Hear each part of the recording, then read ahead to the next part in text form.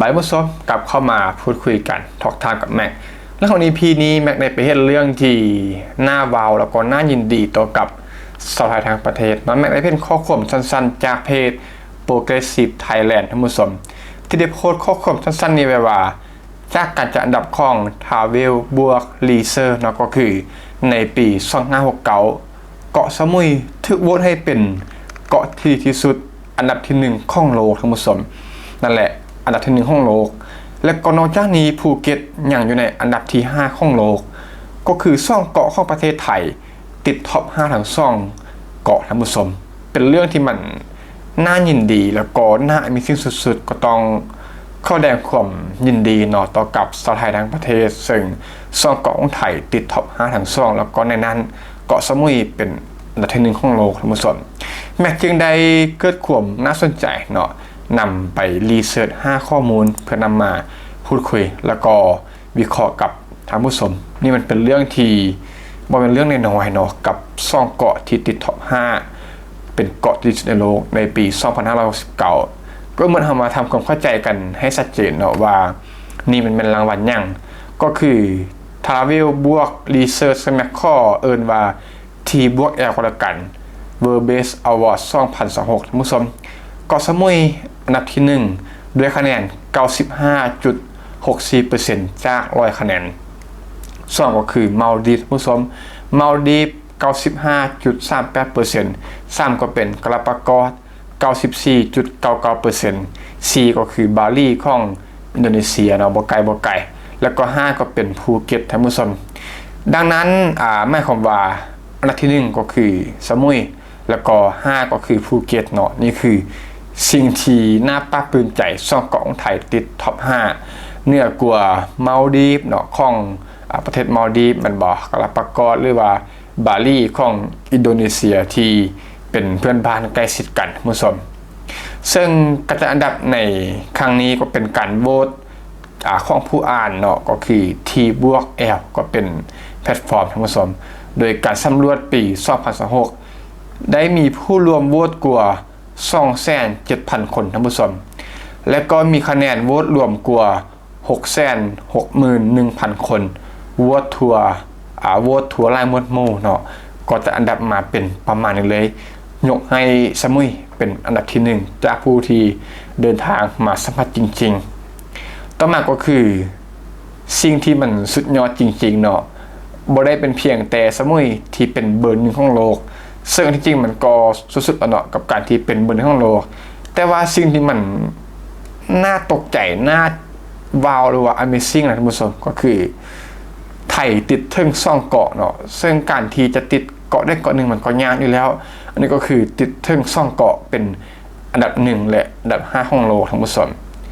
ลองเบิ่งคู่แข่งเนาะก็มีมัลดีฟเนาะมี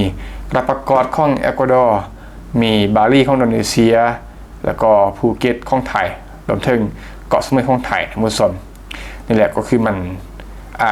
ทั้ง2เกาะของไทยนี่มันบ่ได้เป็นการค่ายประสบการณ์แบบเดียวกันถ้าเราไปวิเคราะห์หรือว่าเจาะลึกกันท่านผู้ชมแต่ว่า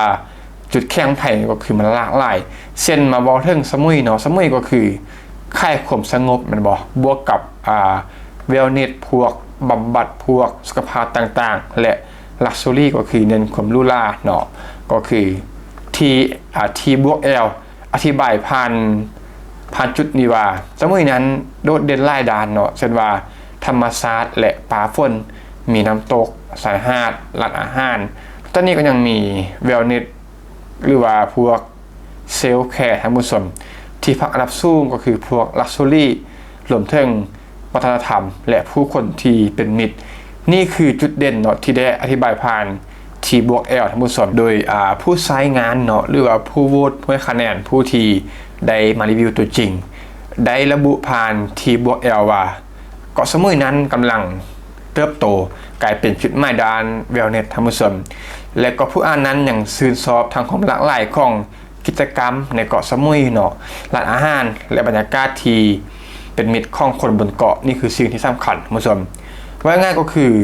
สมุยนั้นบ่ได้ค่ายเพียงแต่ทะเลเนาะแต่ว่าค่ายประสบการณ์พักผ่อนระดับพรีเมียมส่วนว่าภูเก็ตนั้นก็คือค่ายความครบเครื่องนะท่านผู้ชมภูเก็ตมีความแตกต่างว่าจะเป็น ชายหาดเนาะดำน้ำไอแลนด์ฮอปปิ้งเกาะพีเป็นบ่อซิมิลันพังงาเบโอภูเก็ตหรือว่าเมืองเก่าในภูเก็ตธรรมสมโอนภูเก็ตนะร้านอาหารในไลฟ์หรือว่าชีวิตในยามลาตีเนาะซีซั่นในยามกลางคืนที่มันมีชีวาธรรมสมผับบาร์อย่างต่างๆแล้วก็สนามบินนานาชาติซึ่งที่บอกแอลนั้นระบุอย่างชัดเจนว่าภูเก็ตมีเที่ยวบินจากกรุงเทพจำนวนหลายเดินทางสะดวกแล้วก็มีกิจกรรมตั้งแต่ดำน้ำเดินป่าไปจนถึงการเดินทางไปต่ออย่างเกาะพีหมู่เกาะซิมิลันและก็อ่าวพังงาคุณผู้ชมนี่ก็คือความโดดเด่นของภูเก็ตเนาะดังนั้นสมุยก็คือการรีแลกซ์มันบ่ผ่อนคลายเวลเนสกับพวกบำบัดพวกสุขภาพต่างๆแล้วก็ลักชัวรี่ความรู้ล่าภูเก็ตก็คือเป็นบีชเนาะหรือว่า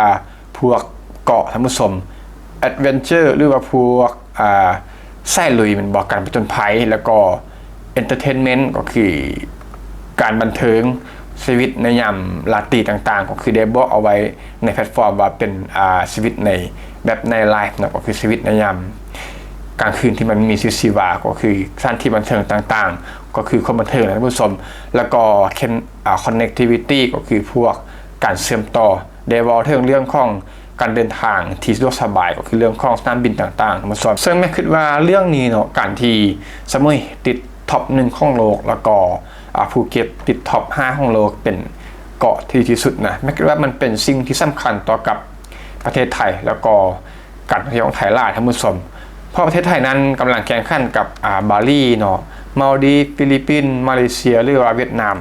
ในตลาดที่มันคล้ายๆกันท่านผู้ชมแต่ว่าไทยนั้นมีข้อได้เปรียบที่น่าสนใจกว่าก็คือมีdestination หลายระดับอยู่ในประเทศเดียวท่านผู้ชมไทยนั้นบ่ได้ค่ายเพียงแต่ทะเลเพียงแต่อย่างเดียวเนาะนี่คือความแตกต่างที่สำคัญที่ประเทศอื่นนั้นอาจจะมีเกาะสวยๆหนึ่งแห่งเนาะเช่นว่ามาลดีฟนี่ก็คือชัดเจนเลยว่ามีเรื่องเกาะก็คือเกาะมาลดีฟเป็นจุดแลนด์มาร์คหลักที่สำคัญเพียงแต่หนึ่งแห่งแต่ว่าไทยนั้นสามารถขยายเป็นThailand Island Network ท่านผู้ชม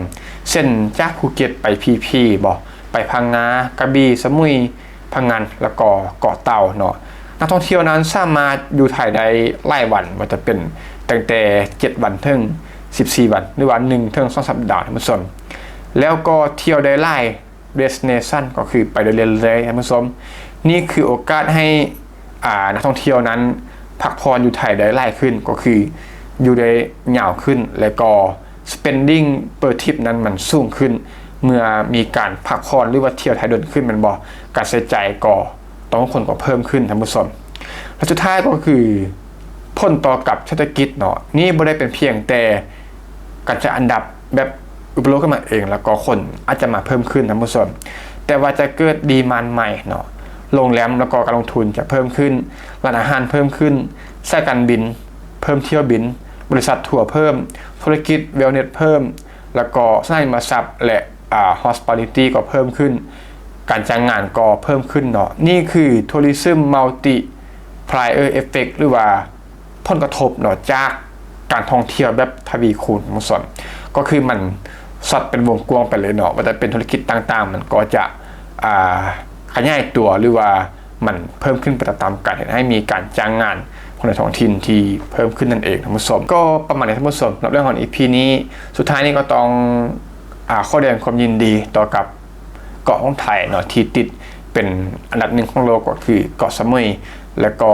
มีภูเก็ตที่ติดถึงอันดับที่5ของโลกที่เป็นเกาะที่ดีที่สุดแล้วก็คือติดท็อป5ถึง2เกาะท่านผู้ชมเรื่องของ EP นี้ทำสมติว่าฟังว่าคลิปนี้มีตัวได้จะเข้ามาแลกเปลี่ยนพูดคุยกันก็เต็มที่ที่คอมเมนต์และ EP นี้ก็ต้องแต่สุดท้ายนี้มันต้องฟังพบกันใหม่ใน EP ต่อไปขอขอบใจ